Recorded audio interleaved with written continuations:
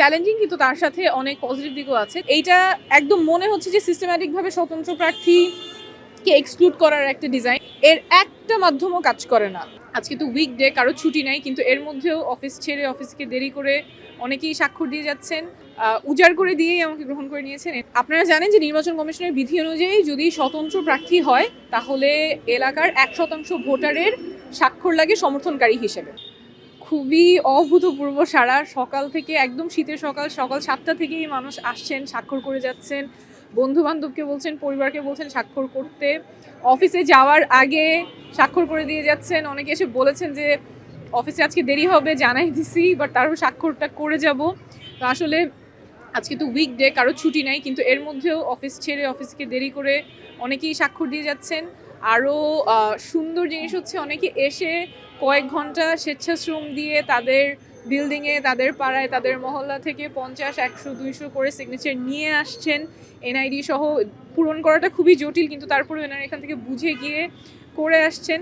আসলে খুবই স্বতঃস্ফূর্ত অংশগ্রহণ এবং এত এত ভালোবাসা। এটা আসলে আমার জন্য এই কয়েকটা দিন যেভাবে সবাই একদম উজাড় করে দিয়েই আমাকে গ্রহণ করে নিয়েছেন, এটার জন্য আমি সবসময় কৃতজ্ঞ থাকবো এবং খুবই অর্থবহ ছিল।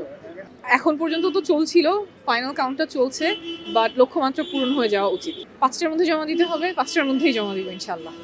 আপনারা জানেন যে নির্বাচন কমিশনের বিধি অনুযায়ী যদি স্বতন্ত্র প্রার্থী হয় তাহলে এলাকার 1% ভোটারের স্বাক্ষর লাগে সমর্থনকারী হিসেবে। শুধু স্বাক্ষর না, স্বাক্ষরের পাশাপাশি ভোটার নাম্বারও লাগে, কিন্তু ভোটারের কাছে ভোটার নাম্বার নাই এবং ভোটার নাম্বার জানার কোনো উপায় নির্বাচন কমিশন রাখেনি। 5টা উপায়ের কথা ছিল নির্বাচন কমিশনের, যার মাধ্যমে ভোটার নাম্বার জানতে পারে। ওয়েবসাইটের মাধ্যমে, অ্যাপের মাধ্যমে, ফোন কলের মাধ্যমে, SMS এর মাধ্যমে এবং কিউআর কোডের মাধ্যমে। এটা আপনারাই সংবাদ মাধ্যমে প্রকাশ করেছেন খবর। এর একটা মাধ্যমও কাজ করে না। ওয়েবসাইট ডাউন, সার্ভার নাই, অ্যাপ্লিকেশন নাই, ফোন কল নাই, কোনোভাবেই ভোটার নাম্বার জানতে পারবেন না। তো আমাকে যে রিকোয়ারমেন্ট দেওয়া হয়েছে স্বতন্ত্র প্রার্থী হিসেবে আমার ভোটার নাম্বার দিতে হবে। আপনারা দেখছেন ভোটাররা এসে স্বাক্ষর করে দিয়ে যাচ্ছে, কিন্তু ভোটার নাম্বার তার জানার কোনো উপায় নেই। কোথাও কল করে, কোথাও টেক্সট করে, কোনো ওয়েবসাইটে গিয়ে জানার উপায় নাই। এইটা একদম মনে হচ্ছে যে সিস্টেম্যাটিকভাবে স্বতন্ত্র প্রার্থীকে এক্সক্লুড করার একটা ডিজাইন। কারণ যেটা জানার উপায় নাই সেটা দিয়েই আমার আজকে সাবমিট করতে হবে। তাহলে এটা কেন এখন সার্ভার ডাউন? এই 5টা উপায়ের একটাও কেন নির্বাচন কমিশন রাখে নাই?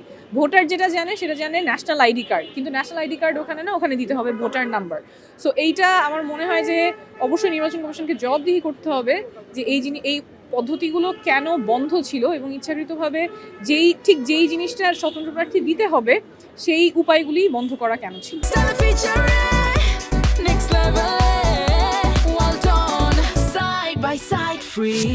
ঢাকা 9-এই আমার বেড়ে ওঠা, এখানেই আমার দাদা বাড়ি, বাবা বাড়ি, আত্মীয় স্বজন সব এই খিলগা, গোরান, বাসাবো, মুগদা, এখানেই আমার বেড়ে ওঠা। তো এখান থেকেই আমি স্বপ্ন দেখেছি, রিকার্নেসন নুন, ঢাকা মেডিকেল, অক্সফোর্ড, যা কিছু সব এখান থেকেই। এবং এই এলাকার একটা খুব বড় বিশেষত্ব হচ্ছে বাবা মা, পরিবার পরিজন, শিক্ষক শিক্ষিকা সবাই চান সন্তান একদম বেস্টটা যাতে পায়, ফার্স্ট ক্লাস সিটিজেন এখানে তৈরি হয়। কিন্তু এই এলাকার উন্নতিটা হয় না। ঠিক 20-25 বছর আগে যেমন ছিল, খুব একটা যে পরিবর্তন হয়েছে সেটা না। যেহেতু আমি এলাকারই মেয়ে, এখান থেকেই কাজ করতে চাই, তাই নির্বাচনে দাঁড়ানো। খুবই চ্যালেঞ্জিং, কিন্তু তার সাথে অনেক পজিটিভ দিকও আছে। চ্যালেঞ্জিং একটা তো বললাম, যেই রিকোয়ারমেন্টগুলো আছে স্বতন্ত্র প্রার্থীর জন্য বেশ কিছু জায়গায় হয়তো চিন্তাই করা হয়নি, যেগুলো যে পূরণ করা সম্ভব না, কিভাবে সম্ভব হবে সেই উপায়টাও চিন্তা করা হয় নাই। তারপর সাংগঠনিক সাপোর্ট, সেই জায়গাটাও স্বতন্ত্র প্রার্থীর থাকে না, একদম জনগণের কাছেই চলে যেতে হয়। সেটা আবার একটা পজিটিভ দিকও, যে জনগণ একেবারে উজাড় করেই ভালোবাসা দিতে পারেন, গ্রহণ করে নিতে পারেন অনেক কাছ থেকে, যেটা গত কয়েকদিনের অভিজ্ঞতা হলো। তো আমার মনে হয় প্লাস মাইনাস দুটাই আছে। অনেক প্রত্যাশা আছে, অনেক ভালোবাসা আছে। অনেকে বলছেন যাতে এভাবেই থাকি, যাতে বদলে না যাই, মানুষের কাছাকাছি থাকতে পারি, মানুষের কথা বলতে পারি। আমরা চাই যে ঢাকা নয়, ঢাকার অন্যান্য অঞ্চলের মতোই উন্নত হোক এবং যে সকল নাগরিক সেবা, যে সকল সরকারি সেবা অন্য জায়গায় আছে সেই ঢাকা নয়ে একই ধরনের সুবিধা থাকুক। এবং জাতীয় পর্যায়েও আমাদের যে রাজনীতির কথাটা আমরা চিন্তা করছি, জবাবদিহিতার রাজনীতি, স্বচ্ছতার রাজনীতি, সেটা আমরা ঢাকা নয়বাসী একসাথে মিলেই করব। আমি চাই আমাদের যে দুস্থ প্রতিবন্ধী শ্রবণ প্রতিবন্ধী এবং গরিব যে অসহায় মানুষজন আছে, সে তো বাইরে অনেক দেশে কাজ করতেছে, তাদের হয়ে যাতে উপকার করতে পারে, আমি চাই এর জন্য সে ভোটে জয় হোক।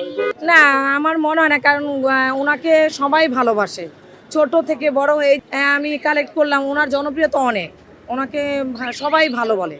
আমি অত্যন্ত এটাকে প্লাস পয়েন্ট দেখছি, কারণ একটা মানে শিক্ষিত মহিলা, বাইরে থেকে ডিগ্রিধারী মহিলা আমাদের এলাকাতে আসছে জাতীয় সংসদ নির্বাচন করার জন্য, এবং ইদানিং সে স্বতন্ত্র প্রার্থী হিসাবে আসছে তার দল ছেড়ে।